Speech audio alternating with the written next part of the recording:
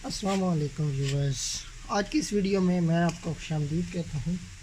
आज की वीडियो में मैं बात करने वाला हूँ R600 कंप्रेसर फ़िटिंग के बारे में। तो दोस्तों, इसमें क्या मसले मसाइल आते हैं फ़िटिंग के दौरान। अगर आपने R134 से कन्वर्ट करके R600 कंप्रेसर लगाना है तो वो किस तरीके से लगाया जा सकता है। तो मेरे पास जिस रेफ्रिजरेटर में लगाने वाला हूँ इसका मॉडल नंबर आप यहाँ पे देख लें।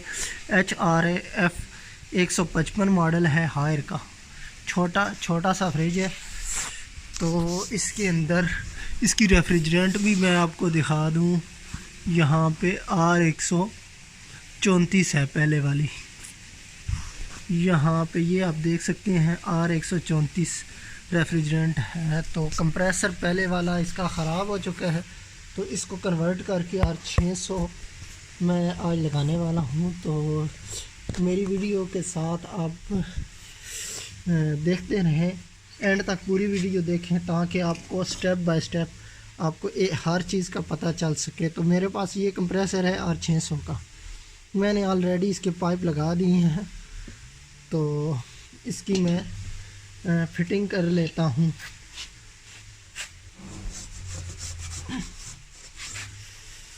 तो सफाई करके अच्छे तरीके से इसको मैं फिट कर लेता हूँ। तो व्यूवर्स, इसको फिटिंग से पहले आपने एक बात ज़हन में रखनी है कि इसका ऑयल जो है वो इसके अंदर एक क्वार्टर ऑयल डलता है, तो वो ऑयल आपने पूरा कर लेना है इसके अंदर फिटिंग से पहले। अगर ऑयल पूरा नहीं होगा तो ये कंप्रेसर जाम हो जाएगा, सीज़ हो जाएगा। तो वीडियो एंड तक देखिए, आपको पूरी रहनुमाई इस वीडियो के अंदर हासिल होगी।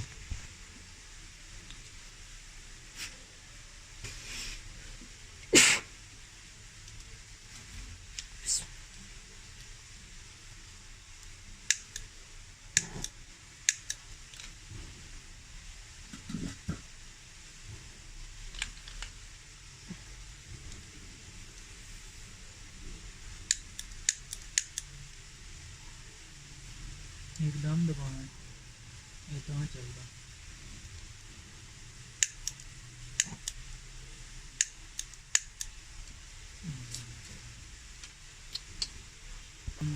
वो मसला कर दो।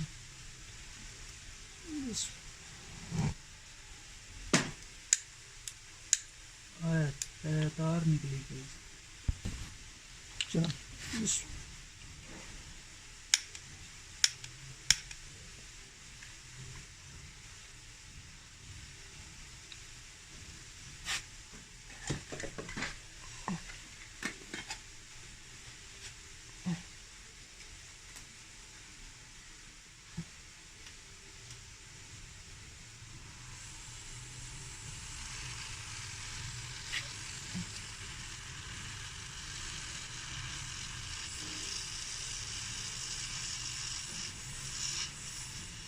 तो व्यूअर्स, मैं इसकी नोज़ल पाइप वगैरह पहले इसके साथ फिट कर रहा हूँ।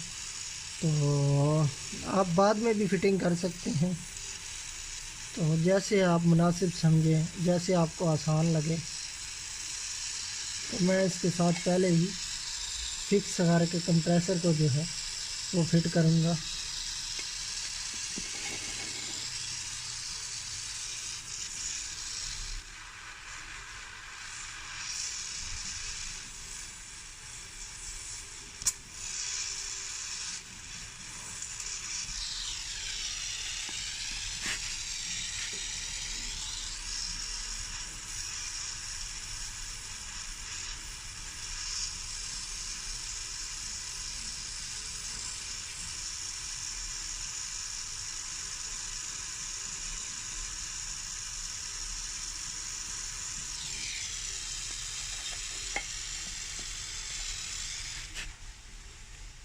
सीधा करो,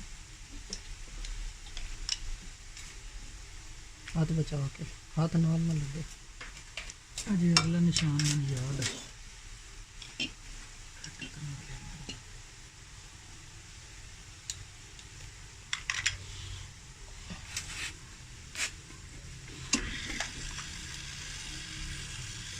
तो वो यहाँ पे आपने एहतियात करनी है, क्योंकि टांका लगाते वक्त अक्सर औकात ऐसे होता है कि ये पाइप गर्म होती है बहुत ज़्यादा, तो आपका हाथ जल जाने का खदशा होता है, अंदेशा होता है। तो इससे आपने मोहतात रहना है, एहतियात करनी है थोड़ी।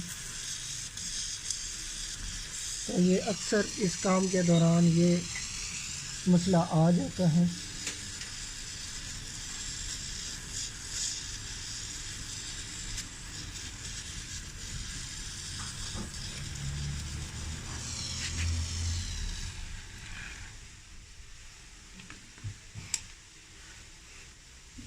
जी तो व्यूअर्स, मैंने सोल्डिंग कर दी है। अब मैं कंप्रेसर को जो है वो इसके अंदर फिटिंग कर लेता हूँ।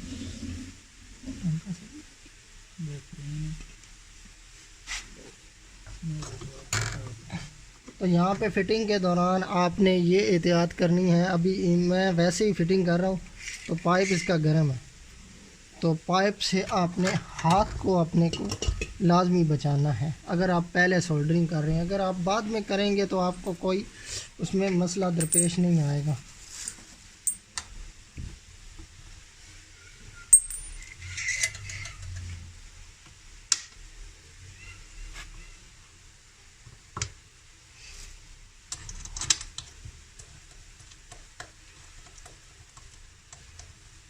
चलो बस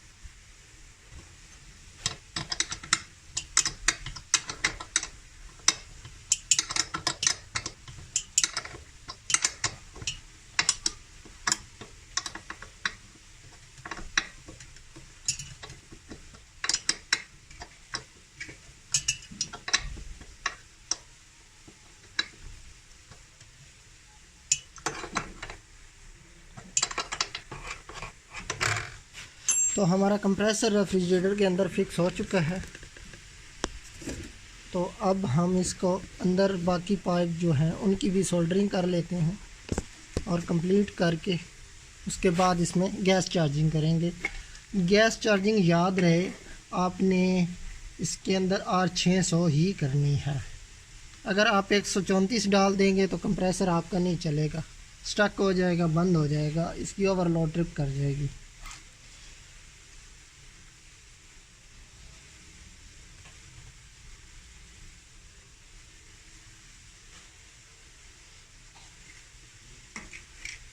तो यहाँ पे सोल्डरिंग के दौरान आपने इसकी डब्बी जो है ये वाली, इसको आपने साइड पे कर लेना है, ताकि आपका सोल्डरिंग के दौरान कोई भी तार वगैरह जो है वो जले नहीं।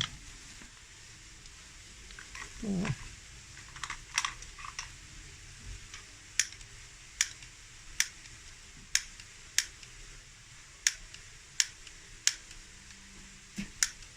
यहाँ पर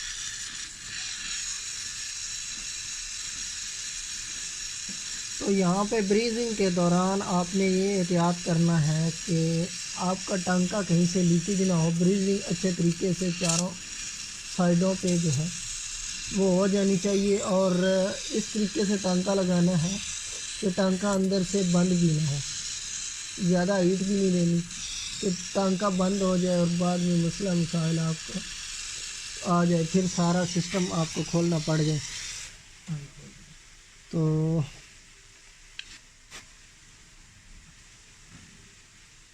मैं इसका फ़िल्टर जो है, आपने हर दफ़ा नया फ़िल्टर यूज़ करना है। तो मेरे पास जो है इस टाइम फ़िल्टर अवेलेबल नहीं है, मार्केट से मैं दूर हूँ थोड़ा, तो मैं फ़िल्टर इसका यही यूज़ कर लेता हूँ।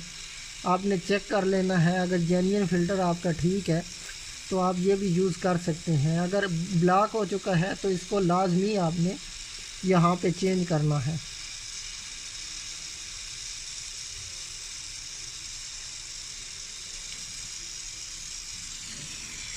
तो अभी फ़िल्टर लगाने से पहले एक स्टेप जो मैं आप दोस्तों के साथ शेयर करता चलूँ कि हमारा ये जो है कंडेंसर वाला जो है वो कनेक्शन लग चुका है।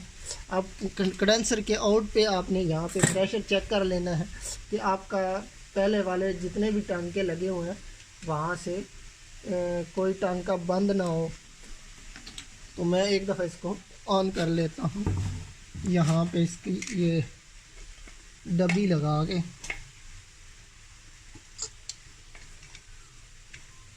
तो मैंने इसकी रिले लगा दी है, अब मैं इसको ऑन कर लेता हूँ।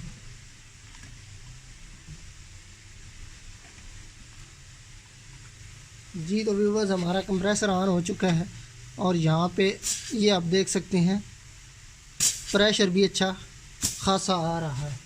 तो आपने इस कंप्रेसर को ज़हन में रखना है कि ज़्यादा देर और 600 के कंप्रेसर को आपने यहाँ पे ऑन नहीं रखना। तो अब मैं इसका नेक्स्ट स्टेप जो है वो फॉलो कर लेता हूँ, जो कि फ़िल्टर वाला है। तो मैं इसका फ़िल्टर लगा लेता हूँ। तो फ़िल्टर लगाते वक्त आपने वही एहतियात ज़हन में रखनी है कि यहाँ पे जितनी भी तारें हैं वहाँ पे आपका वो कहीं से जले नहीं, ख़राब ना हो, और फ्रिज की बॉडी का भी ख़ास आपने ध्यान रखना है कि वो भी जले नहीं। तो टांका जो है ये वाला इतना खूबसूरती से लगाएं कि लीकेज का कोई अंदेशा ही ना हो। तो मैं यहाँ पे इसको सोल्ड कर लेता हूँ।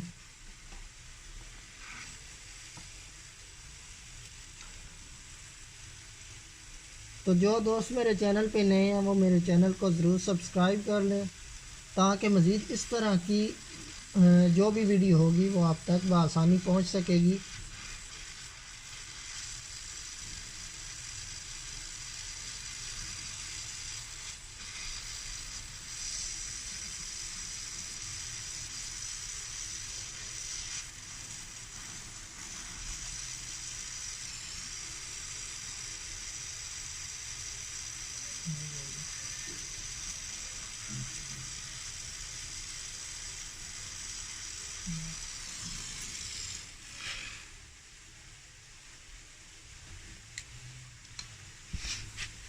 तो हमारी जो है यहाँ पे ब्रीजिंग इसकी फ़िल्टर की हो चुकी है। अब दोबारा से मैं इसका कंप्रेसर का स्विच लगाता हूँ और यहाँ पे इसका एवेपोरेटर जो है उसका आउटलेट चेक कर लेता हूँ कि यहाँ पे हमारा जो है वो प्रेशर आ रहा है या नहीं। तो मैंने स्विच लगा दिया है, तो यहाँ पे मैं चेक कर लेता हूँ। ये हमारा आउट है इसका एवेपोरेटर, तो यहाँ पे हमारा प्रेशर आ रहा है।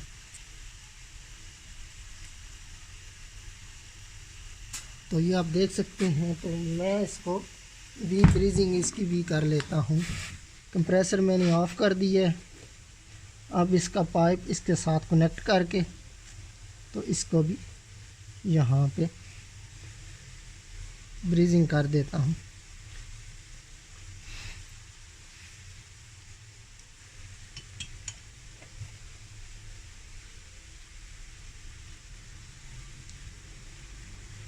तो इजाफी पाइप यहाँ से मैं काट लूँगा।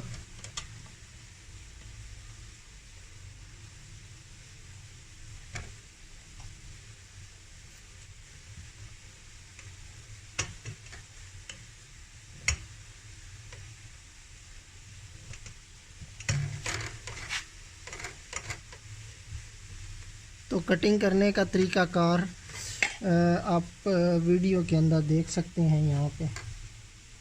तो आहिस्ता आहिस्ता से आपने इस तरीके से इसको मूव करते जाना है। तो थोड़ा सा और टाइट करना है इसको, कटर को, तो इस तरीके से हमारा पाइप कट जाएगा।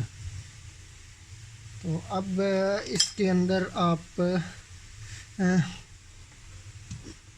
पंचिंग टूल का भी इस्तेमाल कर सकते हैं, नोज़ प्लायर का भी इस्तेमाल कर सकते हैं। तो जो आपको मुनासिब लगे उस हिसाब से आप काम कर सकते हैं। तो मैं यहाँ पे इसके बराबर इसका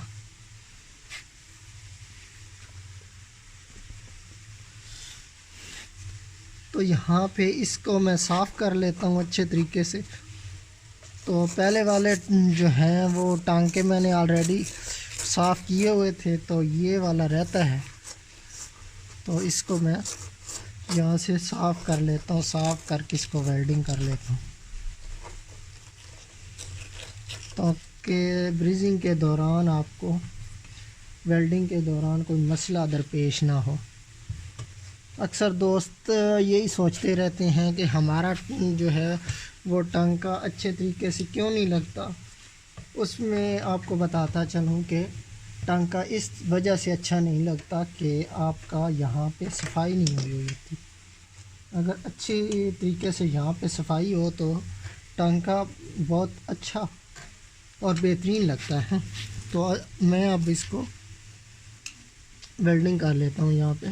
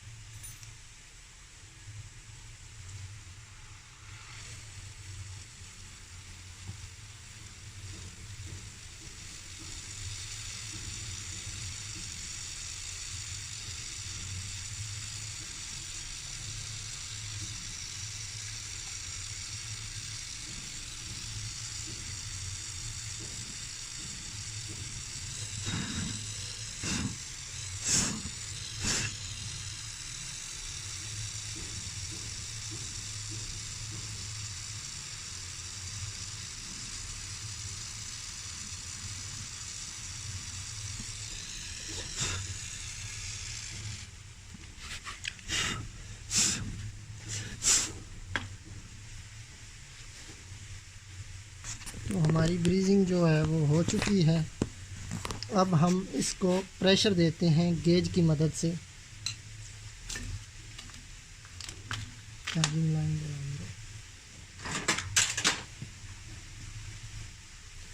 तो मैं ये वाली गेज जो है लो प्रेशर वाली इस पे यूज़ करूँगा ताकि वैक्यूम का भी पता चल सके और इसका प्रेशर का भी पता चल सके।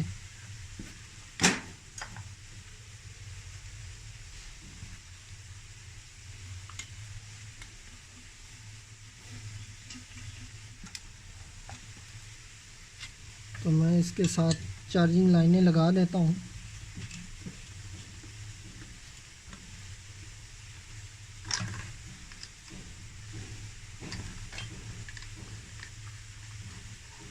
तो चार्जिंग लाइनें लगाने का तरीक़ाकार ये है कि आपने जो है आपकी अगर जो कंप्रेसर के साथ आपने जो भी लाइन लगानी है तो आपने इसके नीचे से लगानी है। साइड वाले पॉइंट से आपने प्रेशर देना है या गैस देनी है, जो भी है उससे आप करेंगे।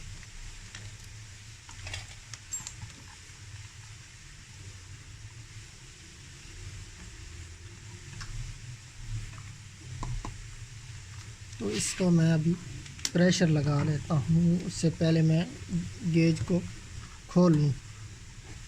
तो यहाँ पे मैंने अपनी गेज लगा दी है। अभी वैक्यूम पंप की मदद से इसको जो है मैं प्रेशर लगा देता हूँ।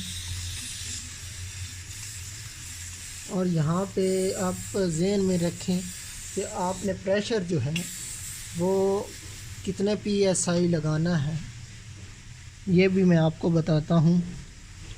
ये आपने 70 PSI तक, 80 PSI तक आप प्रेशर इसके अंदर यहाँ पे पूरे सर्किट को दे सकते हैं। इससे ज़्यादा नहीं देना, क्योंकि अक्सर रेफ्रिजरेटर के अंदर ये मसला मसाइल बाज़ दफ़ा आ जाता है कि आप ओवर प्रेशर देंगे तो उसके सिल्वर की प्लेट होती है और अक्सर नालियाँ अंदर से वो गली हुई होती हैं। तो अभी मैंने 70 PSI इसको प्रेशर दे दिया, तो हमारा जो है वो ब्रीजिंग तकरीबन ठीक है सारी, कहीं से लीकेज नहीं है। तो मैं इसको अभी वैक्यूम पे लगा देता हूँ, प्रेशर इसका निकाल के।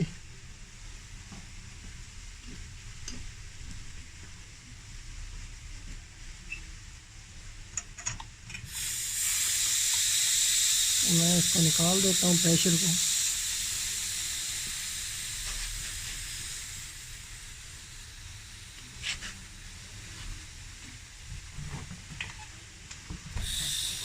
हमारा वैक्यूम पंप ऑन हो चुका है, अब ये वैक्यूम की तरफ जा रही है।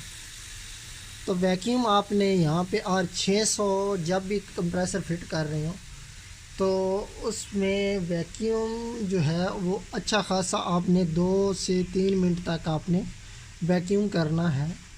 और एक बात ज़हन में रखें कि एक दो और चीज़ें R600 में कन्वर्टिंग के दौरान जो मैं आप दोस्तों के साथ शेयर करना चाहता हूँ, वो एक तो ये है कि इसका ऑयल कंप्रेसर के अंदर कौन सा डाला जाता है। तो ऑयल कंप्रेसर के अंदर आप 134 वाला ही डाल सकते हैं।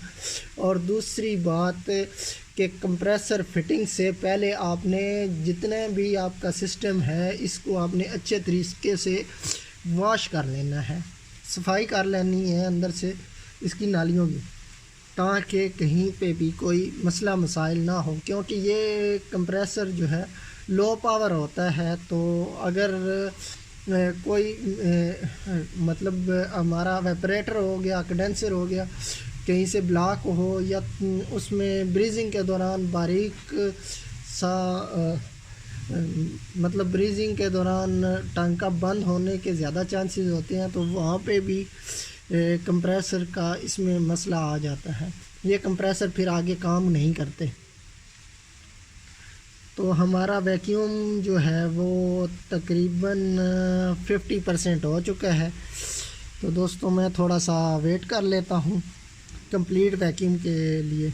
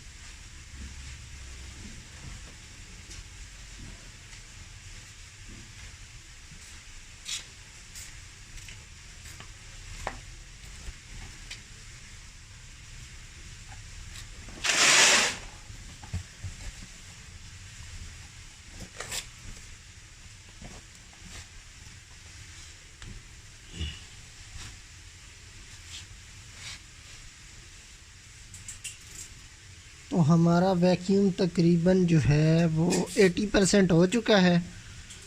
तो थोड़ा सा मज़ीद वेट करके इसको गैस लगा देते हैं। जी तो व्यूअर्स हमारा जो है तकरीबन वैक्यूम कंप्लीट हो चुका है। तो अब गैस की बारी आ जाती है, तो इसको मैं बंद करके गैस लगा लेता हूँ।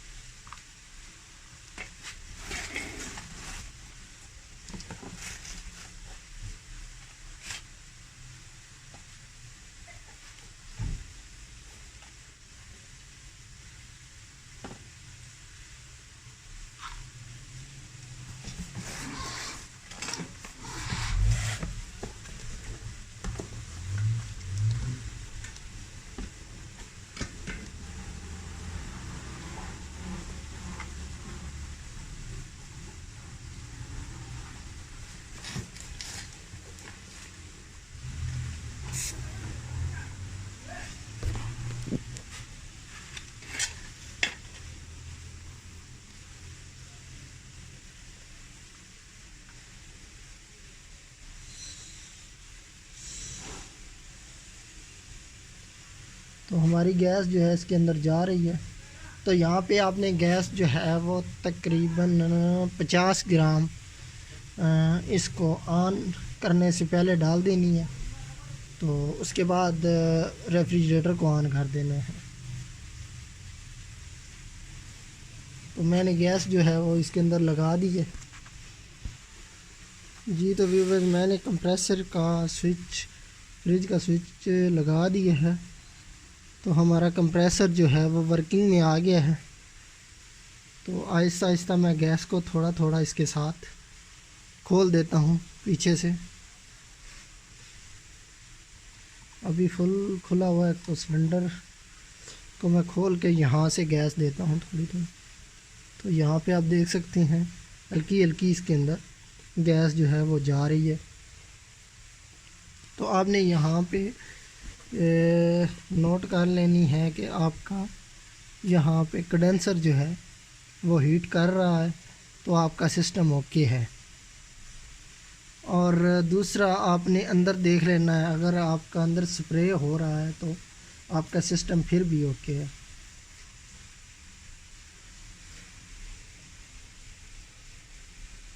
तो हमारा ये हीटिंग पे आ रहा है कंडेंसर, तो हमारा सिस्टम बिल्कुल ओके है, बिल्कुल ठीक है, कोई फॉल्ट नहीं है इसके अंदर। तो यहाँ पे हल्की हल्की मैं इसको गैस साथ देता रहता हूँ।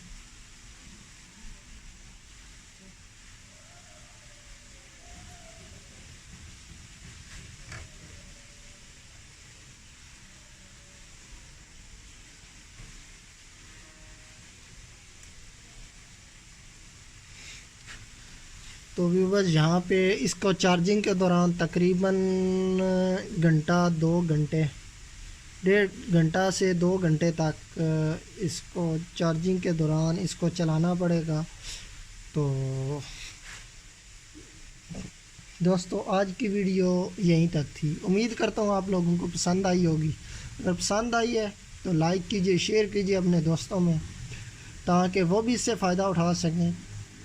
तो अगर इस वीडियो में कोई बात आपको मेरी समझ में ना आई हो तो आप कमेंट सेक्शन में भी पूछ सकते हैं। तो नेक्स्ट वीडियो में मिलेंगे, तब तक के लिए अल्लाह हाफिज़, अल्लाह निगहबान, पाकिस्तान जिंदाबाद।